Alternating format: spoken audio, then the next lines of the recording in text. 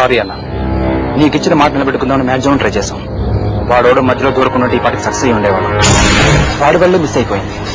వాడిని నువ్వే పంపించావనుకున్నావన్నా, నువ్వు కాదా? మరి వాడు ఎవడై ఉంటాడన్నా? లేదన్నా, వాడు దాన్ని సేవ్ చేయడానికి రాలేదు, చంపడానికే వచ్చాడు. కానీ ఆ పని వాడు చేయలేదు, మమ్మల్ని చేయనివ్వలేదు.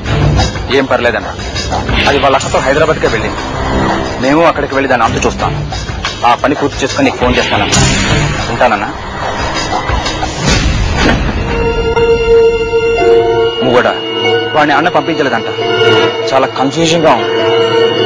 వాడెవడో, దాన్ని ఎందుకు చంపాలని కూడా ఏమీ అర్థం కావడం లేదు. ఎవరు అన్నా? ఇంకేం చెప్తాడు? వాళ్ళ అక్క చెల్లెలిద్దరూ పోలీస్ స్టేషన్ లో మన మీద కంప్లైంట్ ఇచ్చారట.